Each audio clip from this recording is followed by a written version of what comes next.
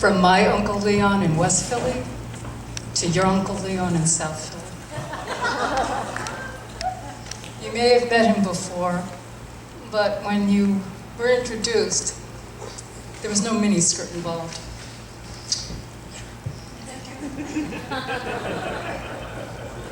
Just checking. Uncle Leon, Pre-Brando. In my neighborhood in South Philly, it's considered a mixed marriage when a person marries somebody from anywhere other than Sicily. My father's sister, Marie, marries a young stonemason from central Italy named Leon. Who could resist this guy? It's the middle of the Great Depression. He's all muscled up and looks like Charles Atlas. He commutes to New York City on a motorcycle several days a week to do stonework on the George Washington Bridge for the WPA, the Works Progress Administration. He's making $125 a week. This guy has to be king of the hill, right? Actually, no. He's resented by friends and neighbors who are hopelessly poor and, unlike him, have few options. He makes no attempt at being humble. In fact, he loves to flaunt his toys. He has a flashy car, a motorcycle, chain smokes Lucky Strikes, and loves to show off his muscles and tan, wearing mostly wife-beater t-shirts, which we call Italian tuxedos. My uncle is my hero. When the Depression ends, Uncle Leon moves his family to South Jersey, near my grandmother's house. He works building mausoleums for rich people. Our family outings become Sunday picnics at his latest mausoleum project in cemeteries around the Philadelphia area. Every day, after work, he fills the trunk of his '39 Dodge with leftover chunks of granite. He stacks them neatly in piles on a new 4-acre plot of land he buys across the street from my grandmother's house. He also keeps a stash of smaller pieces of granite on the floor of the passenger side of the Dodge. He doesn't believe in paying tolls and says roads are free. So when the automatic toll machine are installed at the Ben Franklin Bridge, he speeds through and throws a chunk of granite in the machine. This is before cameras are installed because he does this for years and never gets caught.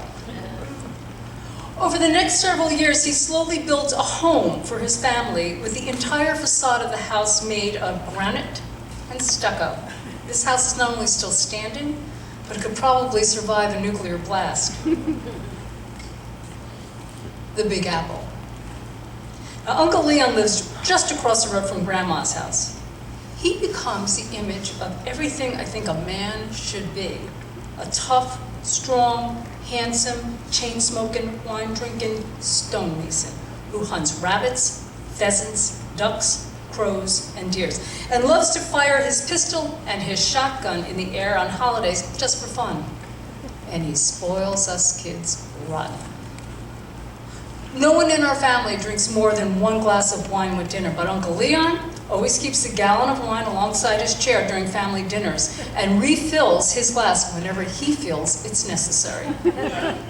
The more wine he drinks, the louder he talks and laughs.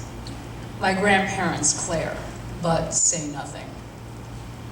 Some Saturday nights, Uncle Leon takes Aunt Marie for cocktails and dancing at the Big Apple, a small-town nightclub with New York City aspirations. On Sunday morning, breakfast, Uncle Leon entertains us by pulling out a handful of Big Apple plastic swizzle sticks, heating them slowly at the center with his Zippo lighter, and then folding them in half. They are now necktie clips, with the Big Apple showing bright white against a red plastic background. He offers one to each of the men and boys in the family, but no one seems excited about them except me. Life lessons. Although he has no formal education other than apprenticing as a stonemason, Uncle Leon teaches me the Latin phrases for Mass so I can become an altar boy, how to pee along the garden edge to keep animals away. He also knows which mushrooms will poison you and which ones you can eat, how to catch a catfish with just a string and a piece of bread. how to catch a bird using a cardboard box, a stick, a slice of bread, and some string. I learned you can slice the tongue of a baby crow with a razor blade and teach it to talk like a parrot. What more could any 7-year-old possibly need to know about life? Forever my hero. After 50 years of breathing granite dust and chain-smoking 3 packs of Lucky Strikes a day, Uncle Leon's lungs slowly turn to stone, and he spends his last years in a fragile state on oxygen until passing away at 70. In my mind, he is forever the heavily muscled Charles Atlas in the comic ads, protecting us from bullies who would kick sand in our face on the beach.